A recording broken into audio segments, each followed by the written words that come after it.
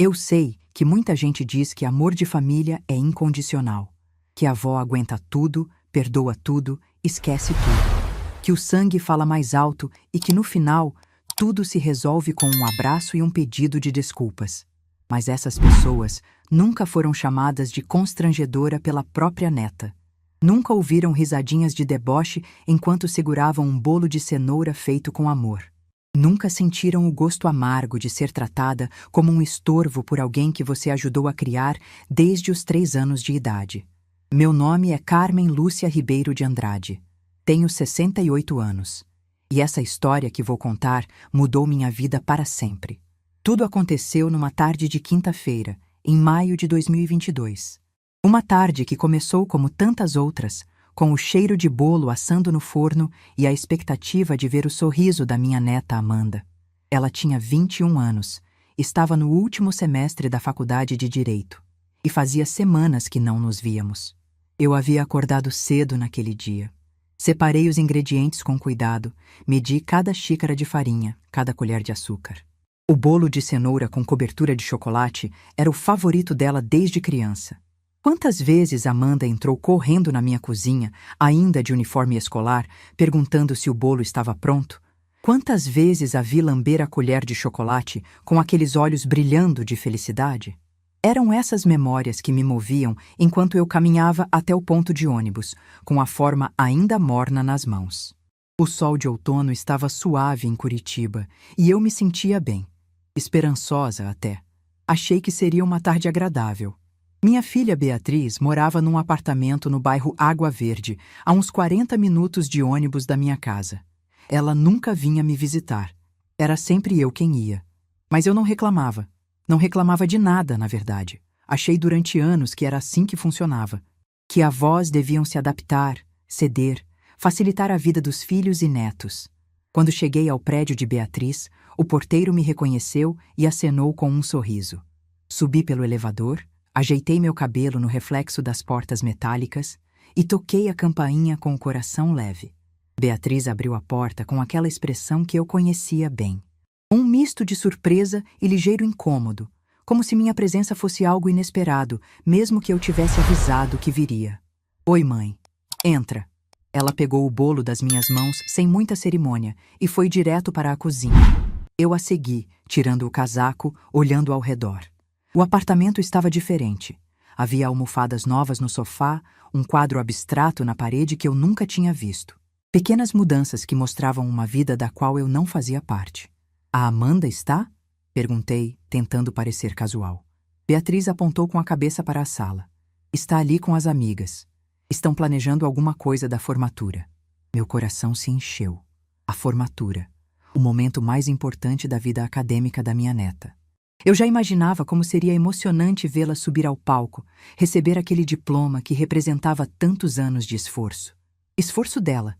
Esforço meu também, embora ela não soubesse. Caminhei até a sala com um sorriso no rosto.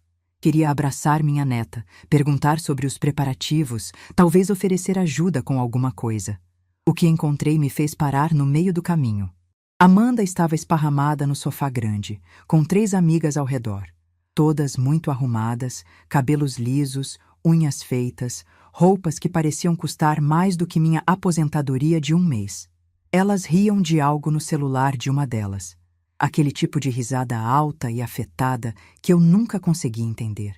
Quando Amanda me viu, algo mudou em seu rosto. Os olhos que antes brilhavam para mim se estreitaram. A boca que tantas vezes me beijou no rosto se contorceu numa expressão que só posso descrever como desprezo. Oi, vó. A voz dela era seca, gelada, como se eu fosse uma vizinha inconveniente, não a mulher que a criou. Tentei ignorar aquele tom. Disse que tinha trazido o bolo de cenoura que ela gostava. Uma das amigas, uma loira de batom vermelho, olhou para mim de cima a baixo e cochichou algo no ouvido de outra. Elas riram. Eu fingi que não percebi. Sempre fingia. Era mais fácil assim. Então, eu disse tentando puxar assunto. Estão animadas com a formatura? Deve estar tudo tão bonito, a decoração, os convites. Amanda revirou os olhos. Literalmente revirou os olhos para mim. Vó, já que você está aqui, deixa eu resolver logo uma coisa. Ela se levantou do sofá, cruzou os braços e ficou de pé na minha frente. As amigas pararam de mexer no celular. O silêncio que se instalou era pesado demais para aquela sala ensolarada. A formatura é mês que vem, e eu já decidi uma coisa. Não quero você lá. Pisquei. Uma vez. 2 vezes. Meu cérebro não processou as palavras de imediato. Como assim, minha filha? Ela suspirou, como se eu fosse lenta demais para entender o óbvio. Não quero você na minha formatura, vó. Vai ser constrangedor. A palavra me atingiu como um tapa. Constrangedor. Eu era constrangedora. Mas por quê? Minha voz saiu fina, quase infantil. Amanda olhou para as amigas como quem busca apoio. Elas sorriram de volta, incentivando. Porque vai ter gente importante lá, vó. A família do Henrique, os professores, o pessoal do estágio. Gente séria, gente bem-sucedida. E você? Ela fez uma pausa, me olhando dos pés à cabeça. Você não combina com esse ambiente. Vai ficar deslocada, vai me fazer passar vergonha. A loira de batom vermelho soltou uma risadinha e disse: Imagina, no meio dos desembargadores, a vovó de Maria Chiquinha. As outras riram junto. Amanda também riu. Minha neta riu de mim. Fiquei parada ali, com as pernas tremendo, sentindo o chão sumir debaixo dos meus pés. Olhei para a cozinha, buscando socorro, buscando alguém que dissesse que aquilo era uma brincadeira de mau gosto. Beatriz estava encostada no batente da porta. Tinha ouvido tudo, cada palavra, cada risada, cada pedaço do meu coração sendo despedaçado. E não disse nada. Minha filha. A menina que eu carreguei no colo, que amamentei, que criei sozinha depois que Osvaldo partiu. A mulher por quem eu abri mão de tantas coisas. Ela estava ali, olhando para o chão, em silêncio. Naquele momento, entendi algo que deveria ter percebido anos antes. Eu não era família. Eu era tolerada. Eu era a velha que pagava contas, que fazia bolo, que resolvia problemas. Mas quando se tratava de aparecer, de brilhar, de existir de verdade, eu era um incômodo. Engoli o nó que se formou na garganta. Não ia chorar ali. Não ia dar esse gostinho a elas. Entendo, eu disse. Minha voz saiu firme, mais firme do que eu esperava. Peguei minha bolsa. Vesti meu casaco. Caminhei em direção à porta sem olhar para trás. Beatriz finalmente se manifestou. Mãe, espera. Mas eu não esperei. Abri a porta, saí e fechei atrás de mim com a maior calma que consegui reunir. O bolo de cenoura ficou lá. Nunca soube o que fizeram com ele. Talvez tenham jogado fora. Talvez as amigas de Amanda tenham comido enquanto riam da avó ridícula que teve a ousadia de aparecer sem ser convidada. Desci pelo elevador em silêncio. Atravessei o saguão do prédio com passos lentos. O porteiro me cumprimentou, mas eu mal consegui responder. Caminhei até o ponto de ônibus e sentei naquele banco de plástico frio. E fiquei ali. O sol começou a se pôr. As luzes da cidade se acenderam uma a uma. Os ônibus passavam, paravam, iam embora. Eu não conseguia me mover. Era como se algo dentro de mim tivesse desligado. Como se um fusível tivesse queimado. Não sei quanto tempo fiquei ali. Sei que quando finalmente levantei, já era noite. O ar estava frio e eu tremia. Mas não era só de frio. Peguei o ônibus de volta para casa num estado de torpor. As luzes da cidade passavam pela janela como borrões. Os rostos dos outros passageiros eram manchas sem forma. Eu só conseguia ouvir aquela palavra ecoando na minha cabeça. Constrangedora, constrangedora, constrangedora. Cheguei ao meu apartamento perto das 10 da noite. Abri a porta, acendi a luz e o silêncio me engoliu. Sentei na poltrona que era do Osvaldo. Aquela poltrona velha de couro marrom que eu nunca tive coragem de jogar fora. Sentei ali e olhei para as paredes, para as fotos, para a vida que eu tinha construído. Havia uma foto de Amanda aos 5 anos, no meu colo, no Natal. Ela usava um vestido vermelho que eu mesma tinha costurado. Estava sorrindo, abraçada comigo, feliz. Onde estava aquela menina? Havia uma foto de Beatriz no dia da formatura dela, há 15 anos. Eu estava ao lado, orgulhosa, segurando o buquê de flores que eu mesma comprei. Naquela época, eu era bem-vinda. O que tinha mudado? Havia uma foto do Osvaldo sorrindo num churrasco de família. Ele tinha partido há 18 anos, mas às vezes eu ainda conversava com aquela foto. Contava meu dia, pedia conselho, desabafava minhas angústias. Naquela noite, olhei para ele e disse em voz alta: Osvaldo, onde foi que eu errei? O silêncio foi a única resposta. Não chorei. Não conseguia. Era como se as lágrimas estivessem presas em algum lugar muito fundo, bloqueadas por algo maior que a tristeza. Era um vazio imenso que ocupava cada canto do meu peito.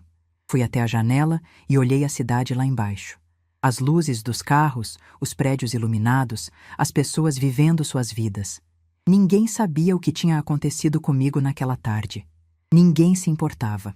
Eu tinha 68 anos. Tinha dedicado a vida inteira à minha família. Tinha aberto mão de oportunidades, de sonhos, de mim mesma. E no final, era isso que recebia. Uma gargalhada e um "não quero você lá".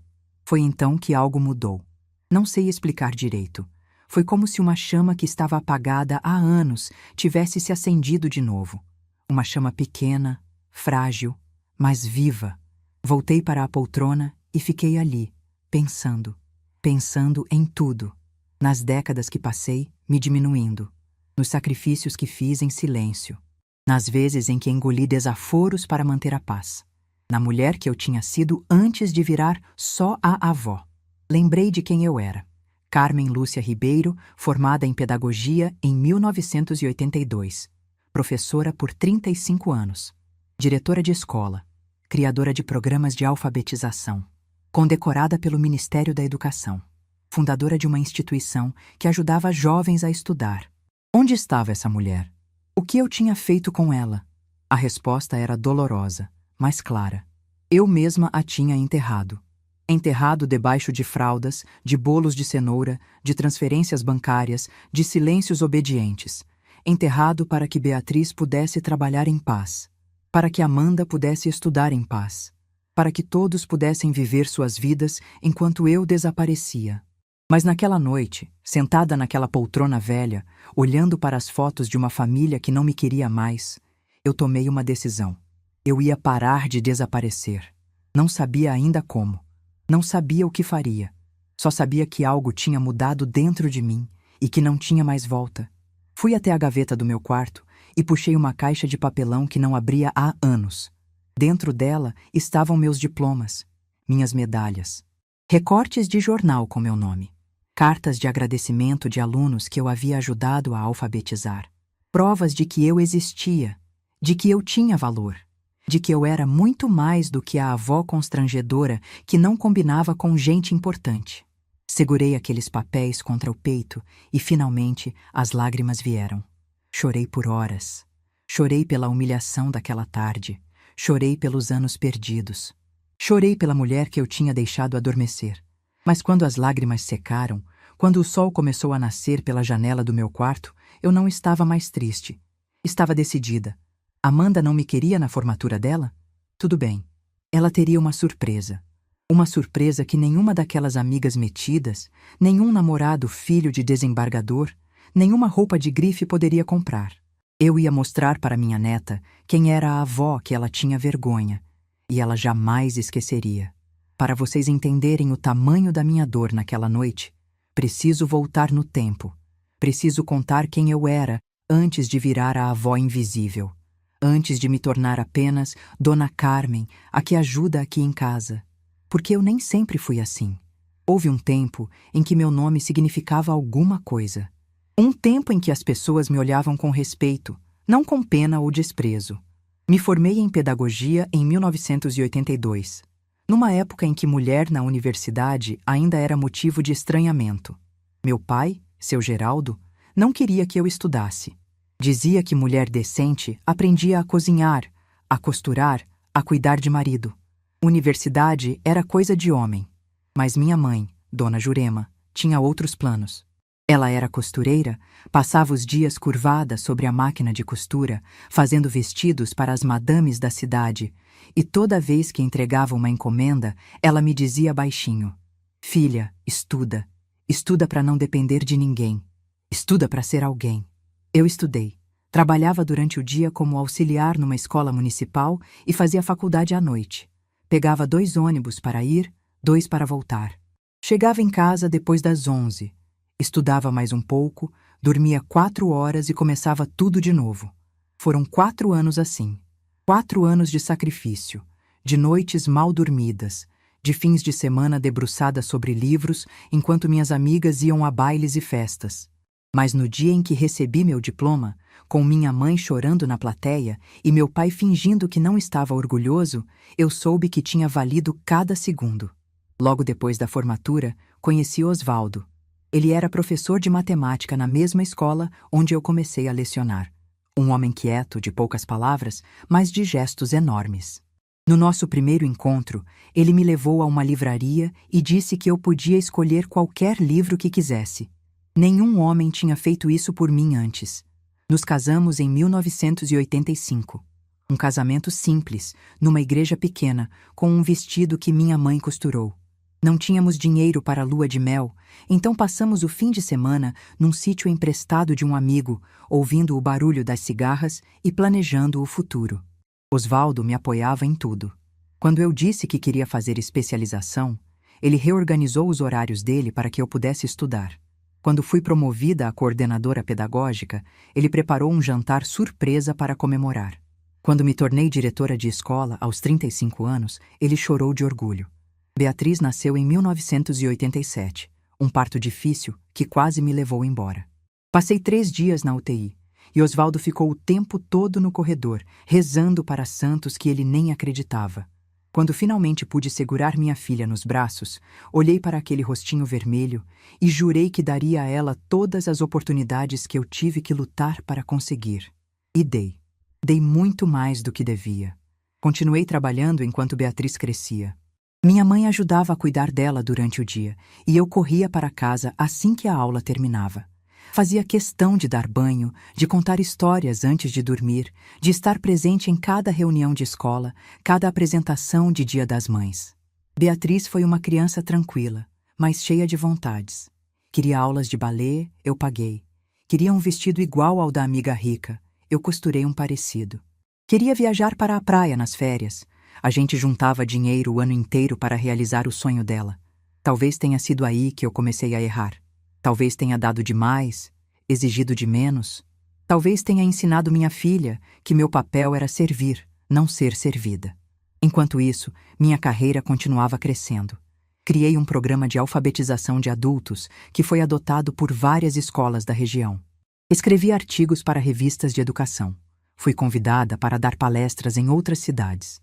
Em 1998, recebi uma condecoração do Ministério da Educação pelo trabalho com comunidades carentes.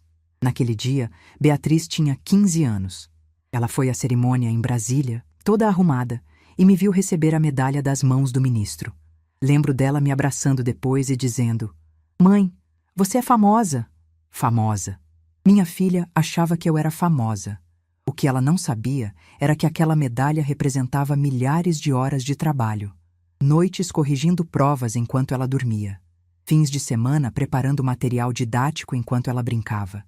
Viagens que eu fiz sozinha porque Osvaldo precisava trabalhar e não tinha com quem deixar Beatriz. Mas eu nunca reclamei. Nunca cobrei reconhecimento. Achei que o amor era isso. Dar sem esperar nada em troca.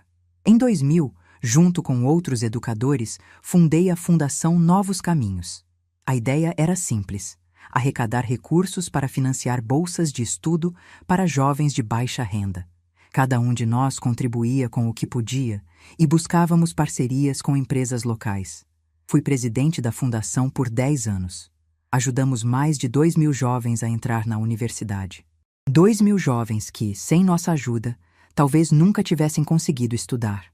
Beatriz cresceu, formou-se em administração, casou-se com Roberto, um rapaz simpático que trabalhava em banco. Em 2001, quando ela anunciou que estava grávida, eu chorei de felicidade. Finalmente seria avó. Amanda nasceu numa manhã de setembro, uma bebê pequena, de olhos grandes e curiosos. Quando a segurei pela primeira vez, senti o mesmo amor avassalador que tinha sentido com Beatriz. Prometi a mim mesma que seria a melhor avó do mundo. Mas a vida tem dessas ironias cruéis. Quando Amanda tinha apenas 3 anos, Roberto decidiu que não queria mais ser pai. Simplesmente acordou num dia e disse que estava infeliz, que precisava se encontrar, que ia embora. Deixou Beatriz sozinha, com uma criança pequena, um aluguel para pagar e um mundo de sonhos despedaçados. E quem estava lá para recolher os cacos? Eu. Nessa mesma época, Osvaldo começou a ter problemas no coração. Uma condição silenciosa que foi se agravando aos poucos, sem que a gente percebesse. Ele continuava trabalhando. Continuava sendo o mesmo homem forte e calado de sempre. Mas por dentro, algo estava cedendo. Em 2004, numa noite fria de julho, Osvaldo passou mal em casa. Chamei a emergência, mas quando chegaram, já era tarde. Ele partiu nos meus braços, com a mão apertando a minha, sem conseguir dizer as últimas palavras. Fiquei viúva aos 50 anos, com uma filha divorciada e uma neta de 3 anos para ajudar a criar. Foi nesse momento que comecei a me apagar. Não foi uma decisão consciente. Não acordei um dia e pensei, vou parar de viver minha vida. Foi acontecendo aos poucos, como água corroendo pedra. Beatriz precisava trabalhar, então eu cuidava de Amanda. Levava para a escola, buscava, ajudava com as lições. Beatriz precisava de dinheiro, então eu ajudava com as contas. Beatriz precisava sair à noite para desestressar, então eu ficava com Amanda até tarde. Fui me afastando dos círculos acadêmicos, recusando convites para palestras, deixando de escrever artigos, parando de frequentar as reuniões da fundação. Pouco a pouco, a professora Carmen Lúcia foi desaparecendo e no lugar dela surgiu apenas a mãe da Beatriz e a avó da Amanda. Amanda era minha alegria. Aquela menina era tudo para mim. Eu a via crescer, aprender a ler, fazer as primeiras amizades. Estava presente em cada aniversário, cada apresentação de escola, cada momento importante. Quando Amanda entrou na adolescência, as coisas começaram a mudar. Ela ficou mais calada, mais distante. Normal, eu pensava, coisa de idade. Mas havia algo mais, algo que eu não queria enxergar. Amanda começou a ter vergonha de mim. No início eram coisas pequenas. Ela não queria que eu a buscasse na escola de carro. Preferia ir de ônibus com as amigas. Não queria que eu fosse às reuniões de pais. Pedia para Beatriz ir no meu lugar. Não queria me apresentar para os amigos novos. Dizia que eu não ia entender as conversas deles. Eu fingia que não percebia. Fingia que era fase. Fingia que tudo ficaria bem quando ela amadurecesse. Quando Amanda passou no vestibular para Direito, eu estava radiante. Aquela menina que eu havia criado, que eu havia ensinado a ler, ia se tornar advogada. Uma das faculdades mais prestigiadas do Paraná. Um sonho realizado. O que ninguém sabia era que aquele sonho tinha um preço. E eu estava pagando em silêncio. A faculdade de Direito custava uma fortuna. Beatriz, com seu salário de gerente de loja, mal conseguia pagar o aluguel. Roberto havia sumido do mapa e não pagava pensão. Amanda não trabalhava. Beatriz achava que ela devia focar nos estudos. Então eu fiz o que sempre fiz. Resolvi o problema sem fazer barulho. Liguei para a Fundação Novos Caminhos, da qual eu ainda era membro honorária. Expliquei a situação, sem mencionar que a beneficiada seria minha própria neta. Criei uma bolsa de estudos especial, financiada com minhas economias. Uma bolsa que cobria 70% da mensalidade. Amanda recebeu a notícia achando que era mérito próprio, que a faculdade tinha reconhecido seu potencial, seu desempenho no vestibular. Beatriz nunca questionou, e eu nunca contei a verdade. Durante 4 anos, eu transferi dinheiro todos os meses para manter aquela bolsa. Dinheiro da minha aposentadoria. Dinheiro que eu economizava cortando gastos, deixando de comprar roupas novas, evitando viagens. Tudo para que Amanda pudesse estudar numa boa faculdade, ter um bom futuro, ser alguém na vida. E ela era. Estava se tornando alguém, só que esse alguém tinha vergonha da avó. No 2º ano de faculdade, Amanda começou a namorar Henrique, filho de um desembargador, família tradicional, nome que abria portas. De repente, minha neta começou a falar diferente, se vestir diferente, agir diferente. Eu percebi a mudança na primeira vez que ela trouxe Henrique para um jantar de família. Era véspera de Natal e eu tinha preparado tudo com carinho. A ceia, a decoração, os presentes. Quando chegou a hora das apresentações, Amanda apontou para mim e disse: "Essa é Dona Carmen, ela. Ajuda aqui em casa. Ajuda aqui em casa." Não disse que eu era avó. Não disse que eu a havia criado. Não disse que eu pagava a faculdade dela.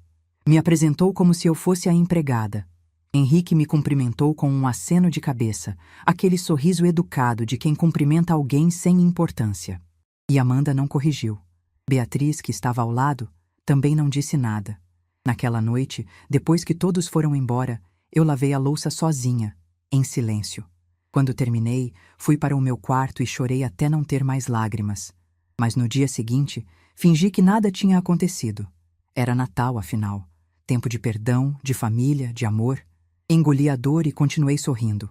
Nos meses seguintes, Amanda foi se distanciando cada vez mais.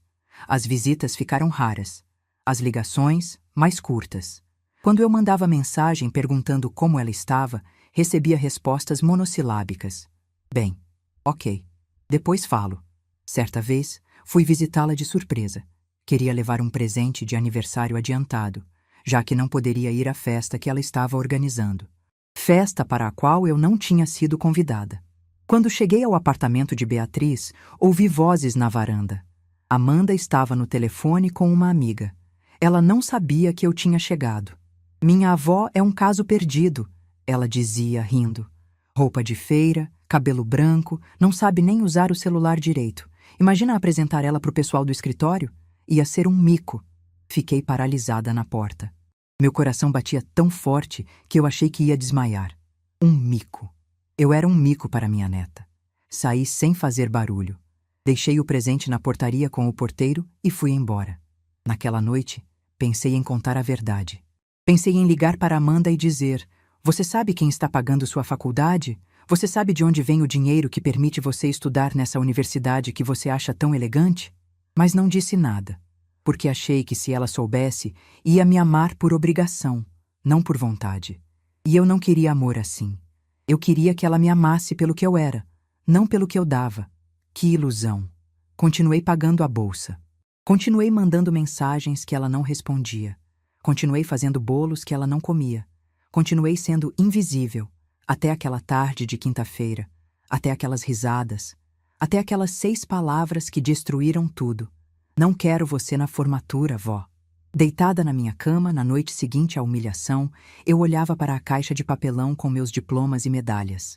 Ali dentro estava a prova de quem eu tinha sido. Uma mulher de valor, uma mulher respeitada, uma mulher que fez diferença na vida de milhares de pessoas. E eu tinha deixado tudo isso morrer para criar uma neta que tinha vergonha de mim. O sol estava nascendo quando eu tomei a primeira decisão concreta. Peguei meu celular e liguei para o escritório da Fundação Novos Caminhos.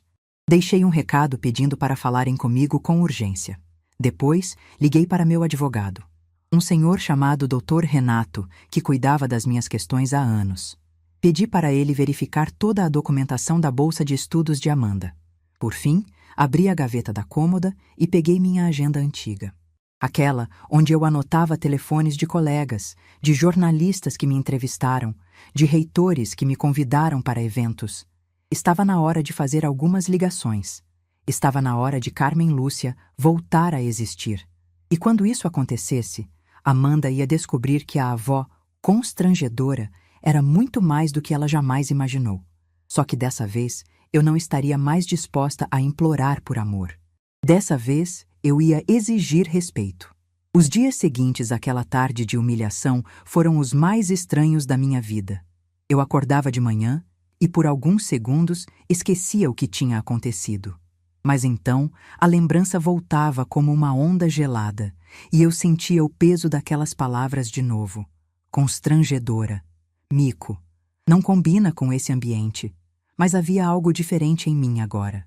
Uma clareza que eu não tinha antes. Uma determinação que parecia ter despertado do fundo da minha alma. Na primeira manhã depois da humilhação, levantei cedo. Tomei um banho demorado, vesti uma roupa que me fazia sentir bem e sentei na mesa da cozinha com minha agenda antiga e uma xícara de café. Era hora de fazer algumas ligações. A primeira foi para a Fundação Novos Caminhos. Pedi para falar com o doutor. Fernando, o atual presidente, que tinha sido meu aluno há muitos anos. Ele atendeu no segundo toque, surpreso e feliz em ouvir minha voz. Conversamos por quase 1 hora. Contei que estava pensando em me reaproximar da fundação, talvez participar de alguns eventos, contribuir de alguma forma. Ele ficou empolgado. Disse que meu nome ainda era muito respeitado, que muita gente perguntava por mim, que seria uma honra ter a fundadora de volta. Antes de desligar, pedi uma informação. Queria saber detalhes sobre a bolsa de estudos que eu mantinha anonimamente. A bolsa de Amanda. Dr. Fernando confirmou tudo. A bolsa cobria 70% da mensalidade e estava programada para continuar até a formatura, que seria em junho. Perguntou se eu queria fazer alguma alteração. Respirei fundo. Aquela era uma decisão que eu não podia tomar de cabeça quente. Pedi alguns dias para pensar e desliguei. A segunda ligação foi para colegas da época em que eu era diretora. Gente que eu não falava há anos, mas que me recebeu com carinho e saudade. Descobri que muitos ainda estavam ativos na área de educação, que continuavam fazendo palestras, participando de eventos, publicando artigos. Uma delas, a professora Marlene, me contou que havia um congresso de educação marcado para o mês seguinte. Perguntou se eu não gostaria de participar, quem sabe apresentar uma palestra sobre alfabetização de adultos. Disse que pensaria. A terceira ligação foi a mais importante. Liguei para o Dr. Renato, meu advogado. Pedi para ele verificar toda a documentação relacionada à bolsa de Amanda. Queria ter certeza de que tudo estava em ordem, que eu tinha controle total sobre aquele recurso. Ele me ligou de volta no dia seguinte, confirmando o que eu já sabia. A bolsa era mantida exclusivamente com recursos meus, através de uma doação anônima à fundação. Eu podia cancelar a qualquer momento, sem precisar dar explicações a ninguém. Guardei essa informação. Ainda não sabia o que faria com ela, mas era bom saber que eu tinha opções. Na primeira semana, Beatriz tentou me ligar 3 vezes. Não atendi nenhuma. Ela mandou mensagens perguntando se eu estava bem, dizendo que precisávamos conversar, que Amanda não tinha falado sério. Ignorei todas. Não era rancor, era autopreservação. Eu sabia que se atendesse, se ouvisse as desculpas ensaiadas, se aceitasse as justificativas esfarrapadas, ia acabar cedendo. Ia acabar engolindo mais uma humilhação em nome da paz familiar.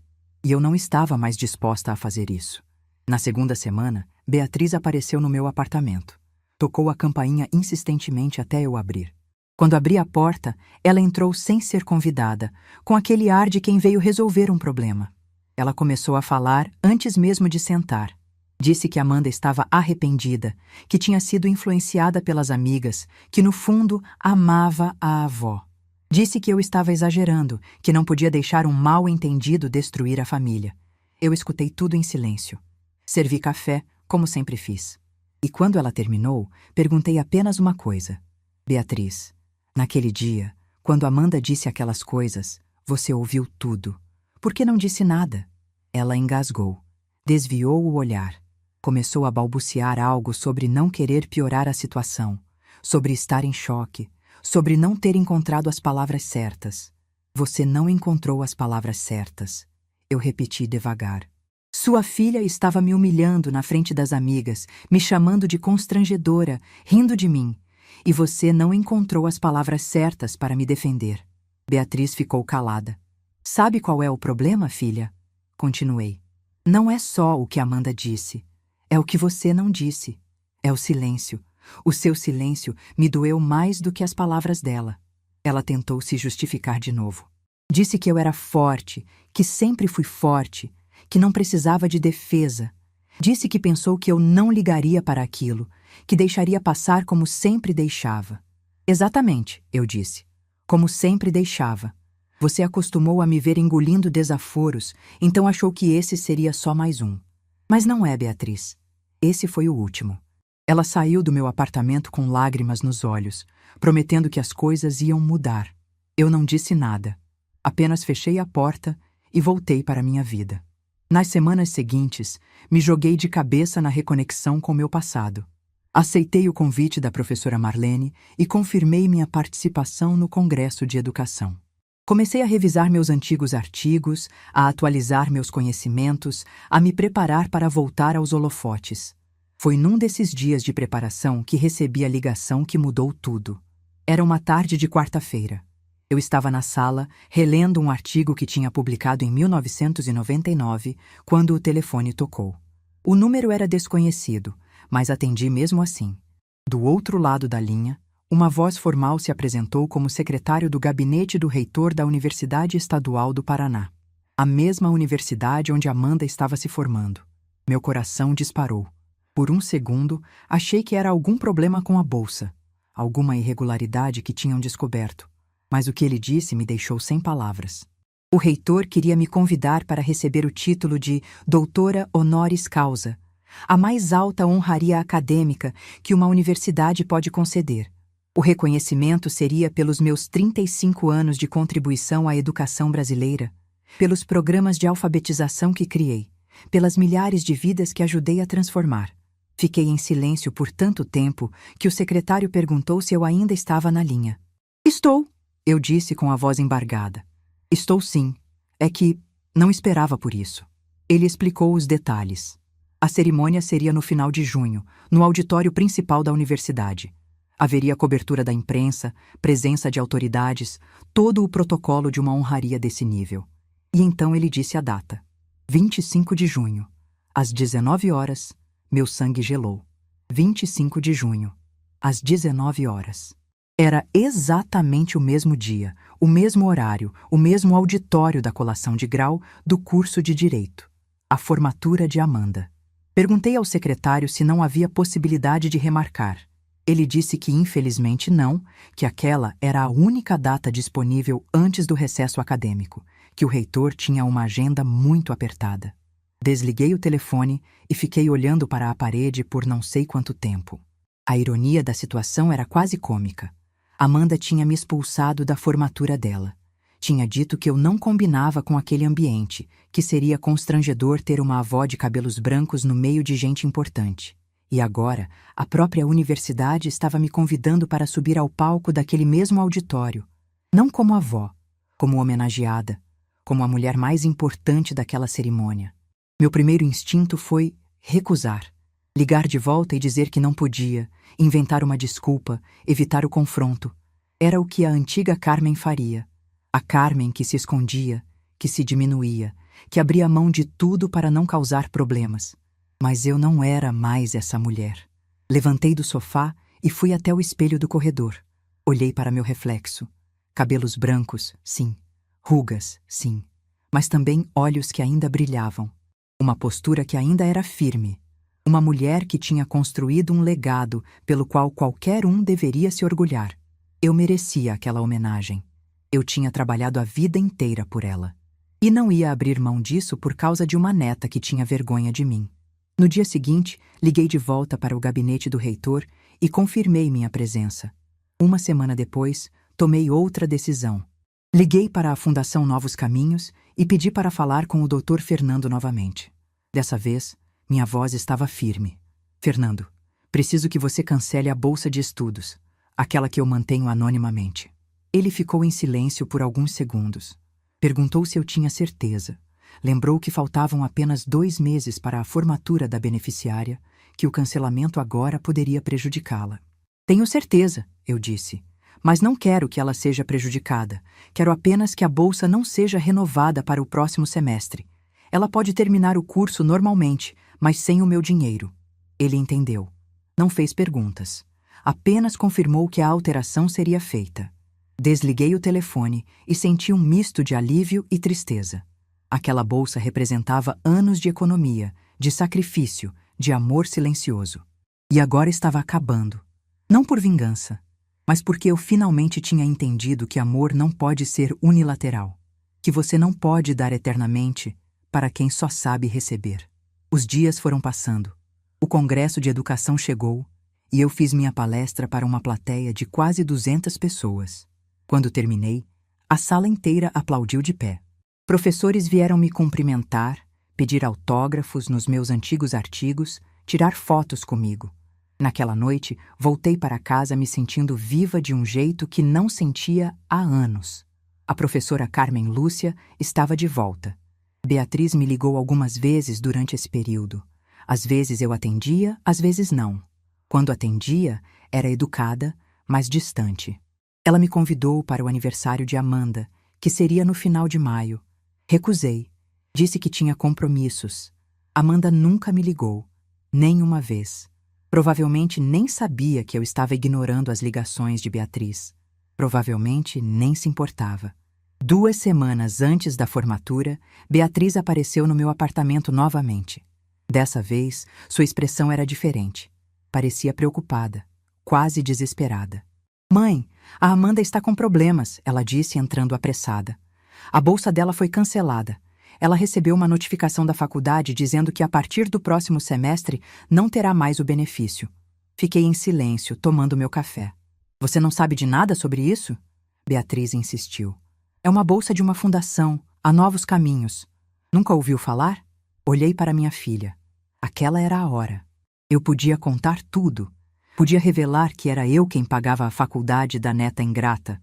Podia ver a expressão de choque no rosto de Beatriz, o arrependimento tardio, a culpa.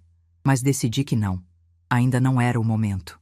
"Fundações dependem de doadores, Beatriz", eu disse calmamente. "Talvez o doador tenha desistido. Acontece." Ela ficou me olhando por alguns segundos, tentando ler algo no meu rosto. Mas eu mantive a expressão neutra. Décadas de experiência em sala de aula me ensinaram a controlar minhas emoções quando necessário. Beatriz foi embora sem respostas. E eu voltei aos meus preparativos para a cerimônia. Na semana da formatura, encomendei um vestido novo. Verde sálvia, elegante, discreto. O mesmo tom que Osvaldo sempre disse que combinava com meus olhos. Fui ao cabeleireiro. Fiz as unhas, comprei um batom novo. Não estava me arrumando para impressionar ninguém.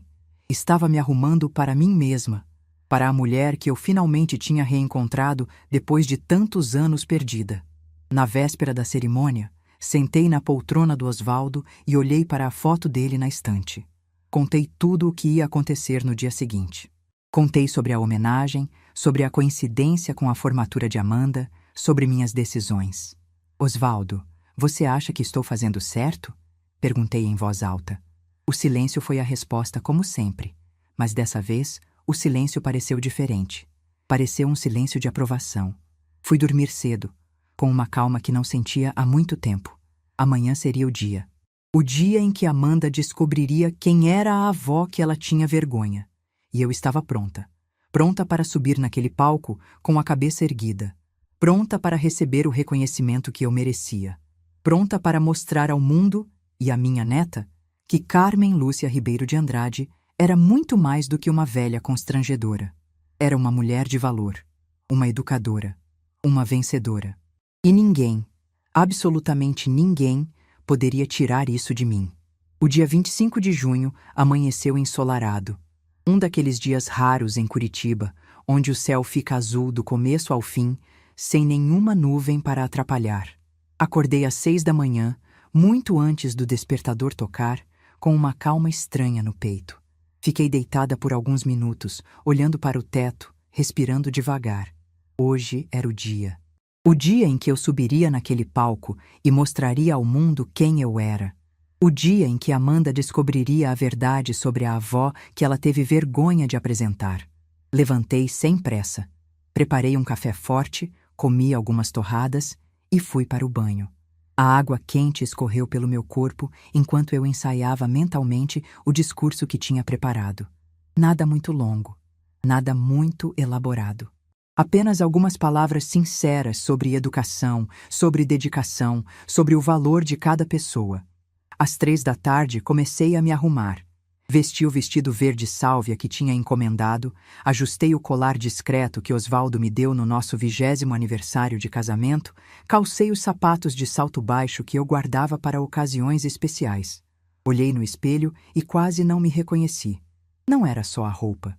Era algo nos meus olhos, um brilho que eu não via há muito tempo, uma determinação que parecia irradiar de dentro para fora. "Estou bonita, Osvaldo?" Perguntei em voz alta, olhando para a foto dele na cômoda. O silêncio foi a resposta, mas eu sorri mesmo assim. Ele diria que sim. Ele sempre dizia que sim. O carro que a universidade enviou chegou às 5h30. Um motorista educado me cumprimentou e abriu a porta para eu entrar. Durante o trajeto, fui olhando a cidade pela janela, tentando manter a calma. Meu coração batia mais rápido do que eu gostaria, mas minhas mãos estavam firmes. Chegamos à universidade às 6h15. A entrada principal já estava movimentada. Formandos de beca, famílias tirando fotos, flores, balões, toda aquela alegria típica de colação de grau. Por um segundo me perguntei se Amanda já estava lá, se Beatriz já tinha chegado, se Henrique estava com sua família importante, pronto para assistir à formatura da namorada. O motorista me levou até uma entrada lateral, reservada para autoridades e homenageados. Um funcionário da universidade me recebeu com um sorriso e me conduziu pelos corredores até uma sala de espera nos bastidores do auditório. Quando entrei, havia outras pessoas ali, professores de beca, autoridades locais, representantes de entidades educacionais. Alguns me reconheceram imediatamente. Um senhor de cabelos grisalhos veio em minha direção com os braços abertos. Professora Carmen Lúcia, quanto tempo! Era o professor Antônio Marcos, que tinha trabalhado comigo em projetos de alfabetização nos anos 90. Nos abraçamos com carinho, relembrando os velhos tempos. Ele me apresentou para outras pessoas, sempre com orgulho na voz. Esta é a fundadora do programa de alfabetização de adultos que revolucionou o ensino no Paraná. Cada apresentação, cada aperto de mão, cada olhar de admiração me lembrava de quem eu era, de quem eu sempre fui. Uma mulher de valor, uma educadora respeitada. Não uma velha constrangedora que não combinava com gente importante. Às 7h em ponto, a cerimônia começou. Eu podia ouvir o som do auditório lotado através das paredes, o burburinho das conversas, o farfalhar das becas, os flashes das câmeras. Mais de 400 formandos estavam ali, junto com suas famílias, prontos para receber seus diplomas. Um funcionário veio nos avisar que em 30 minutos seria a vez da homenagem especial. Meu coração disparou, mas mantive a compostura. Respirei fundo. 1 vez, 2 vezes, 3 vezes. Fui até um canto da sala onde havia uma fresta na cortina que dava para o auditório. Olhei discretamente, procurando rostos conhecidos na multidão. E então eu a vi. Amanda estava na 5ª fileira, radiante no seu vestido azul marinho, com a beca pendurada no braço esperando a hora de vestir. Henrique estava ao lado dela, de terno escuro, com aquela postura ereta de quem foi criado para ocupar lugares de destaque. Atrás deles, os pais de Henrique. E numa ponta da fileira, meio deslocada, estava Beatriz. Minha filha parecia desconfortável. Olhava ao redor como quem procura algo, como quem sente que está no lugar errado. A cadeira ao lado dela estava vazia. A cadeira que seria minha, se eu tivesse sido convidada. Voltei para meu lugar na sala de espera. Não queria que ninguém me visse antes da hora. Os minutos passaram devagar. Ouvi discursos de boas-vindas, agradecimentos a professores, homenagens a funcionários. A cerimônia seguia seu protocolo, enquanto eu esperava minha vez nos bastidores. Finalmente, o funcionário veio me buscar. Professora Carmen Lúcia, é agora. Levantei, ajeitei meu vestido e segui até a coxia do palco. Dali, podia ver o reitor no púlpito, segurando um papel com minha biografia. O auditório estava em silêncio respeitoso. Antes de iniciarmos a entrega dos diplomas, o reitor começou. Teremos uma homenagem muito especial. Uma homenagem a uma mulher que dedicou 35 anos de sua vida à educação brasileira. Por um segundo, imaginei Amanda revirar os olhos de tédio, como fazia sempre que algo não era sobre ela. Imaginei Henrique checando o relógio. Imaginei Beatriz olhando para o chão. O reitor continuou. Esta mulher criou programas de alfabetização que beneficiaram mais de 10.000 adultos em nosso estado. Foi condecorada pelo Ministério da Educação.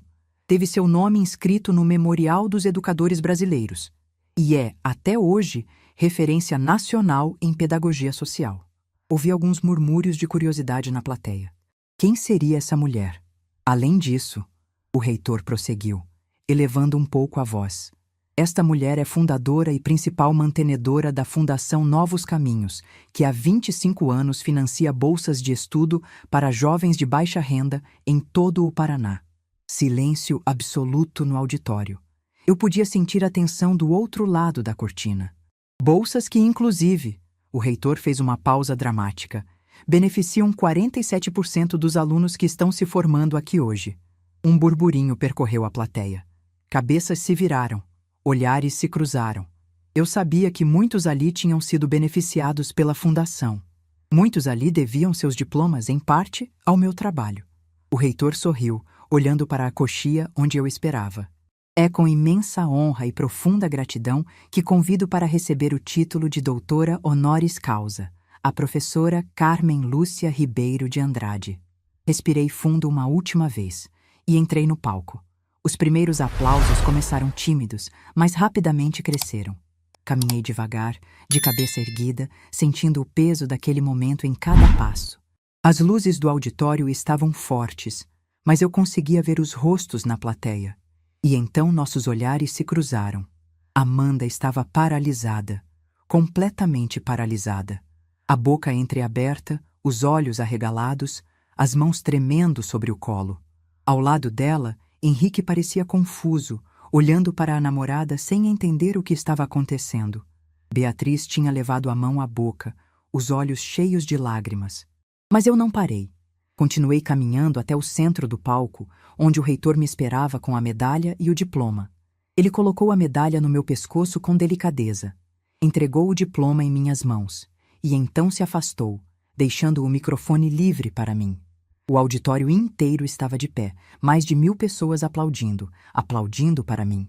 Para a mesma mulher que 2 meses antes tinha sido chamada de mico pela própria neta. Esperei os aplausos diminuírem. Ajeitei o microfone e olhei para a plateia. Encontrei Amanda de novo. Ela ainda estava de pé, mas parecia que suas pernas iam ceder a qualquer momento. O rosto estava branco como papel. As mãos, que antes tremiam, agora estavam cerradas em punhos. Ao lado dela, Beatriz chorava silenciosamente. Eu podia dizer tantas coisas. Podia contar tudo ali, na frente de todos. Podia revelar que Amanda só estava ali porque a avó, constrangedora, tinha pago sua faculdade. Podia humilhá-la do mesmo jeito que ela me humilhou. Mas eu não fiz isso. Olhei para o auditório e comecei a falar. Esta homenagem não é só minha. É de todos os educadores que acordam cedo todos os dias acreditando que podem fazer diferença. É de todos os professores que escolhem ganhar pouco em dinheiro para ganhar muito em propósito. É de todos aqueles que dedicam suas vidas a transformar outras vidas. Fiz uma pausa. Meus olhos encontraram os de Amanda mais uma vez. Ao longo de 35 anos, aprendi muitas coisas. Aprendi que ensinar é um ato de amor. Mas também aprendi que amor de verdade não precisa de reconhecimento. Ele simplesmente existe. Silencioso, constante, até quando ninguém está olhando. Até quando ninguém agradece. Vi Amanda engolir em seco. Vi Beatriz baixar a cabeça. Minha única esperança, continuei, mantendo a voz firme, é que os jovens que estão aqui hoje aprendam a enxergar valor nas pessoas que os amam, que aprendam a reconhecer os sacrifícios silenciosos que outros fazem por eles, antes que seja tarde demais. Silêncio absoluto. Ninguém ousava respirar. Porque um dia vocês vão olhar para trás e perceber que as pessoas mais importantes das suas vidas não eram aquelas que tinham os cargos mais altos ou as roupas mais caras. Eram aquelas que estiveram ao seu lado quando ninguém mais estava. Aquelas que deram tudo sem pedir nada em troca. Aquelas que vocês, talvez, nem sempre trataram como deveriam. Fechei os olhos por um segundo. Quando abri, olhei diretamente para onde Amanda estava. E quando esse dia chegar, espero que ainda haja tempo para dizer obrigado. Afastei-me do microfone. O silêncio durou mais 2 segundos. E então, o auditório explodiu em aplausos. Não eram aplausos educados de cerimônia. Eram aplausos de verdade. Pessoas emocionadas, pessoas chorando, pessoas que tinham entendido que minhas palavras eram muito mais do que um discurso bonito. Desci do palco por uma escada lateral. Não queria passar pela plateia. Não queria confrontos. Não queria drama. Queria apenas sair dali com minha dignidade intacta. Mas Amanda foi mais rápida. Ela apareceu no corredor lateral, ofegante, com os olhos vermelhos de choro. O rímel tinha borrado, manchando seu rosto cuidadosamente maquiado. Ela parou na minha frente, bloqueando minha passagem. Vó, ela disse, a voz embargada. Vó, eu não sabia. Eu juro que não sabia. A bolsa, a fundação. Eu achei que era mérito meu, eu achei que... Olhei para ela com calma. A mesma calma que tinha me sustentado nos últimos 2 meses. Você não sabia porque nunca perguntou, Amanda. Você nunca perguntou de onde vinha o dinheiro. Nunca perguntou quem estava pagando sua faculdade. Nunca se interessou em saber. Ela tentou falar, mas eu continuei. Você só sabia que tinha uma avó de quem você tinha vergonha. Uma avó que não combinava com gente importante. Uma avó que seria um mico na sua formatura. Lágrimas escorriam pelo rosto dela. Ela estendeu os braços, tentando me abraçar. Eu dei um passo para trás. Não, Amanda. Agora não. Ela parou chocada. Provavelmente nunca ninguém tinha recusado um abraço dela em toda a vida. Vó, por favor, ela implorou. Hoje é seu dia, eu disse com a voz suave, mas firme. Você vai receber seu diploma, vai tirar suas fotos, vai comemorar com a família do Henrique e vai fazer tudo isso sem mim, porque foi isso que você quis. Mas eu me arrependi, vó. Arrependimento não apaga o que foi dito, Amanda. Não apaga as risadas, não apaga a humilhação, não apaga meses de silêncio. Beatriz apareceu no corredor, ofegante, os olhos inchados de tanto chorar. Mãe, por favor. Olhei para minha filha. A menina que eu criei, a mulher que ficou em silêncio enquanto sua filha me humilhava. Beatriz, você teve semanas para consertar isso. Teve oportunidades de me defender, de falar a verdade, de fazer a coisa certa. Você escolheu ficar calada. Agora é tarde. Virei as costas e comecei a andar em direção à saída. Mãe! Beatriz gritou atrás de mim. Mãe, você não pode ir embora assim. Parei. Olhei por cima do ombro. Posso sim, Beatriz. Pela primeira vez em muitos anos, eu posso fazer exatamente o que eu quiser. Continuei caminhando. Não olhei para trás. O motorista da universidade estava me esperando na porta lateral. Entrei no carro, fechei os olhos e respirei fundo. Quando o carro começou a andar, senti algo que não sentia há muito tempo.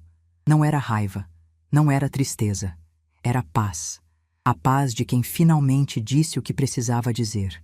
A paz de quem finalmente se colocou em primeiro lugar. A paz de quem descobriu que não precisa da aprovação de ninguém para saber seu próprio valor. Cheguei em casa perto das 10 da noite. Tirei os sapatos, pendurei o vestido, coloquei a medalha de doutora honoris causa sobre a cômoda, ao lado da foto de Osvaldo. Consegui, meu amor, eu disse, olhando para o sorriso dele na foto. Finalmente consegui. Deitei na cama e dormi a noite inteira.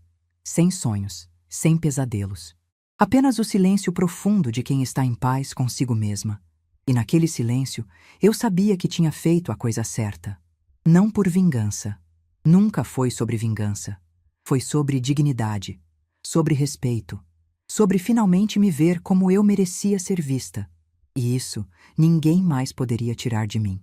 Os dias que se seguiram à formatura foram os mais silenciosos da minha vida. Mas era um silêncio diferente daquele que eu conhecia. Não era o silêncio de quem foi esquecida. Era o silêncio de quem finalmente escolheu a própria paz. Acordei no dia seguinte à cerimônia com uma leveza no peito que não sentia há décadas. Preparei meu café sem pressa, sentei na varanda do apartamento e fiquei olhando a cidade despertar. O sol da manhã batia nas janelas dos prédios vizinhos, criando reflexos dourados que dançavam nas paredes. Era um dia comum para todo mundo, mas para mim era o primeiro dia de uma vida nova. Meu celular tocou várias vezes naquela manhã. Beatriz, Amanda, Beatriz de novo. Não atendi nenhuma. Não por rancor, por autopreservação. Eu sabia que se atendesse, iam tentar me convencer de que eu tinha exagerado, de que precisávamos conversar, de que família era mais importante que orgulho. Mas eu já não acreditava mais nessas frases feitas. Família não é só sangue. Família é respeito. E respeito tinha sido a única coisa que elas nunca me deram. Na primeira semana depois da formatura, Beatriz apareceu no meu apartamento 3 vezes. Na primeira, eu não abri a porta. Fiquei em silêncio, ouvindo ela tocar a campainha e chamar meu nome, até ela desistir e ir embora. Na segunda, abri a porta, mas disse que não era um bom momento. Na terceira, finalmente deixei ela entrar. Ela veio com um buquê de flores e uma expressão de cachorro abandonado.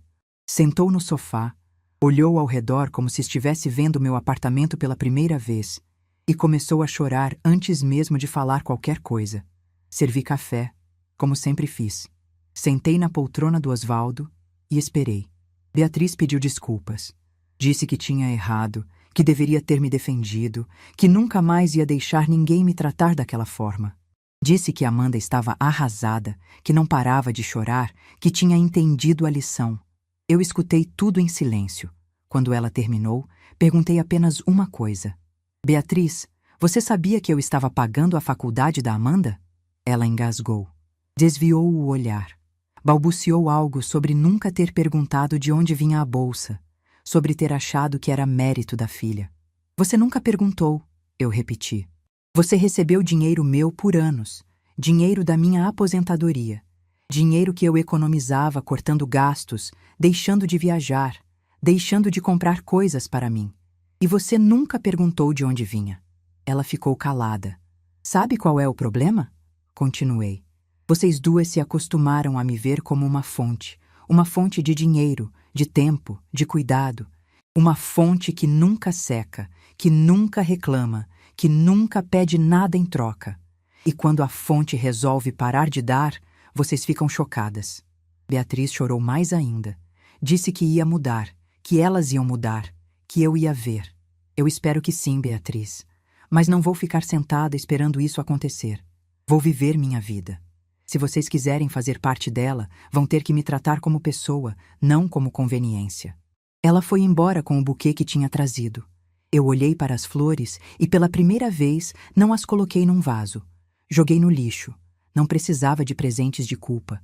Precisava de atitudes. Amanda apareceu uma semana depois. Veio sozinha, sem avisar, num fim de tarde chuvoso. Quando abri a porta, ela estava encharcada, com os olhos inchados de tanto chorar. Deixei ela entrar. Dei uma toalha para ela se secar. Sentei e esperei. Ela não começou com desculpas. Começou com perguntas. Vó, por que você nunca me contou que era você quem pagava minha faculdade? Olhei para ela por um longo momento antes de responder.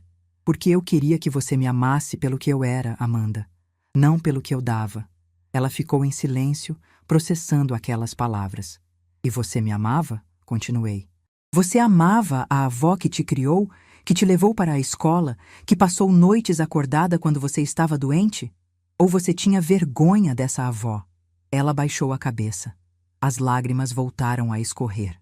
Eu fui uma idiota, vó. Eu me deixei levar pelo Henrique, pelas amigas, por essa vida de aparências. Eu esqueci quem eu era. Esqueci de onde eu vim. Você não esqueceu, Amanda. Você escolheu esquecer. Tem diferença. Ela assentiu, aceitando a correção. O que eu posso fazer para consertar isso? Pensei por um momento antes de responder. Você não pode consertar o passado. Ninguém pode. O que você pode fazer é construir um futuro diferente. Pode me tratar com respeito. Pode parar de ter vergonha de quem você é e de onde veio. Pode aprender que as pessoas mais importantes da sua vida não são aquelas que têm os sobrenomes mais elegantes, mas aquelas que estão do seu lado quando tudo desmorona. Ela ficou ali por mais uma hora. Conversamos sobre muitas coisas. Sobre a infância dela, sobre as memórias que tínhamos juntas, sobre o bolo de cenoura que ela amava quando era pequena. Foi a conversa mais honesta que tivemos em anos. Antes de ir embora, ela me abraçou. Dessa vez, eu não recusei. Mas também não me derreti. Retribuí o abraço com carinho, mas com limites. Ela sentiu a diferença, e eu sabia que ela tinha entendido. Nos meses seguintes, muita coisa mudou. Amanda precisou arrumar um emprego para pagar as despesas dela. Sem a bolsa, sem o dinheiro que eu mandava para Beatriz, ela teve que aprender a se virar sozinha. Conseguiu um estágio num escritório pequeno, ganhando pouco, trabalhando muito. Foi a melhor coisa que poderia ter acontecido para ela. O namoro com o Henrique não sobreviveu. Quando ele descobriu que a família de Amanda não era tão estruturada quanto ele pensava, que a avó constrangedora era na verdade a pessoa mais importante daquela família, ele começou a se afastar. Alguns meses depois, terminou o relacionamento com uma desculpa esfarrapada qualquer. Amanda ficou arrasada no começo, mas depois me disse algo que me emocionou profundamente. Disse que pela primeira vez estava feliz por não ter fingido ser quem não era só para manter um relacionamento. Disse que preferia estar sozinha, sendo verdadeira, do que acompanhada, sendo falsa. Minha menina estava crescendo. Finalmente. Beatriz também mudou, aos poucos. Começou a me ligar não para pedir coisas, mas para conversar. Começou a me visitar não quando precisava de algo, mas quando queria minha companhia. Começou a me tratar como mãe, não como empregada. No aniversário dela, alguns meses depois da formatura, ela organizou um jantar pequeno no apartamento dela. Só nós três, ela, Amanda e eu. Quando cheguei, a mesa estava posta com carinho. Tinha até bolo de cenoura, feito por Amanda, seguindo minha receita. Durante o jantar, Beatriz fez um brinde. Disse que tinha passado anos achando que sabia o que era importante na vida, mas que só agora estava aprendendo de verdade. Disse que eu era a mulher mais forte que ela conhecia e que ela queria ser pelo menos metade da pessoa que eu era. Eu segurei a mão dela sobre a mesa e disse: "Você vai ser muito mais, Beatriz, se você permitir." Aquele jantar foi um recomeço. Não o recomeço de conto de fadas onde todo mundo vive feliz para sempre, mas o recomeço possível, o recomeço real, com cicatrizes, com memórias difíceis, mas também com esperança. Enquanto isso, minha própria vida florescia de formas que eu nunca imaginei. A homenagem de doutora honoris causa abriu portas que eu achava que estavam fechadas para sempre. Recebi convites para palestras em outras cidades. Fui procurada por editoras interessadas em publicar minhas experiências em alfabetização. Uma universidade federal me convidou para coordenar um programa de extensão em educação popular. Eu aceitei tudo. Não porque precisava de dinheiro ou de reconhecimento, mas porque finalmente entendi que ainda tinha muito a oferecer ao mundo, que minha história não tinha acabado, que aos 68 anos eu estava apenas começando um novo capítulo. Viajei como nunca tinha viajado antes. Conheci o mar em Florianópolis, caminhei pelas ruas de Ouro Preto, vi o pôr do sol no Pantanal. Cada viagem era uma descoberta. Cada paisagem nova era uma prova de que a vida ainda tinha surpresas maravilhosas para me oferecer. Fiz amizades novas. Gente da minha idade que, como eu, tinha descoberto tarde que nunca é tarde para viver. Formamos um grupo que se encontrava toda semana para conversar, trocar experiências, planejar passeios. Elas me chamavam de professora e diziam que eu era inspiração para elas. Eu, inspiração. A mesma mulher que, um ano antes, tinha sido chamada de mico pela própria neta. Num dia de primavera, quase um ano depois da formatura, eu estava arrumando o apartamento quando encontrei a caixa de papelão com meus diplomas e medalhas. A mesma caixa que eu tinha aberto naquela noite de dor, depois da humilhação. Peguei cada diploma, cada certificado, cada recorte de jornal. Olhei para eles com olhos novos. Não eram mais provas de um passado distante. Eram partes de quem eu era. Partes que eu tinha escondido por tempo demais. Decidi fazer algo diferente. Fui até uma loja de molduras e mandei emoldurar tudo. Os diplomas, a medalha do Ministério da Educação, a medalha de doutora honoris causa. Pendurei tudo na parede da sala, ao lado da foto do Osvaldo. Quando Amanda veio me visitar no fim de semana seguinte, parou na frente daquela parede e ficou olhando por um longo tempo. "Vó, eu nunca soube de metade dessas coisas", ela disse, a voz embargada. "Você nunca perguntou", eu respondi sem acusação, apenas constatando um fato. Ela assentiu, aceitando a verdade. Depois, virou para mim e disse algo que me marcou profundamente. Eu passei anos querendo ser alguém importante, querendo ter um sobrenome que abrisse portas, uma família que impressionasse os outros. E o tempo todo, a pessoa mais importante da minha vida estava bem aqui, e eu tinha vergonha dela. Ela segurou minha mão. "Nunca mais vou ter vergonha de você, vó. Nunca mais." Eu sorri. Não disse nada. Não precisava. Algumas coisas são maiores que palavras. Hoje, algum tempo depois daquela tarde de quinta-feira em que minha neta me expulsou da formatura dela, eu olho para trás e vejo uma jornada que nunca imaginei percorrer. Uma jornada de dor, sim, mas também de descoberta, de renascimento, de libertação. Eu poderia ter ficado presa naquela humilhação para sempre. Poderia ter me afundado na mágoa, no rancor, na autocomiseração. Muita gente faz isso. Muita gente aceita ser maltratada porque tem medo de ficar sozinha.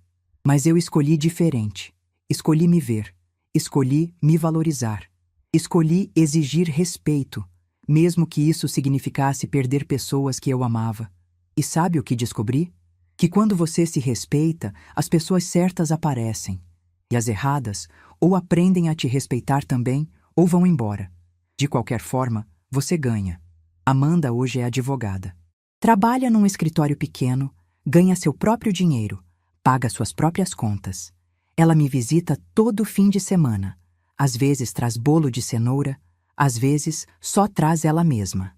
E isso é mais do que suficiente. Beatriz aprendeu que filha não é só quem pede, é quem dá também. Ela me liga quase todo dia, não para reclamar da vida, mas para saber como eu estou. Semana passada, ela me levou para fazer as unhas. Ficou a tarde toda comigo, conversando, rindo, sendo a filha que eu sempre quis ter. E eu sou Carmen Lúcia Ribeiro de Andrade.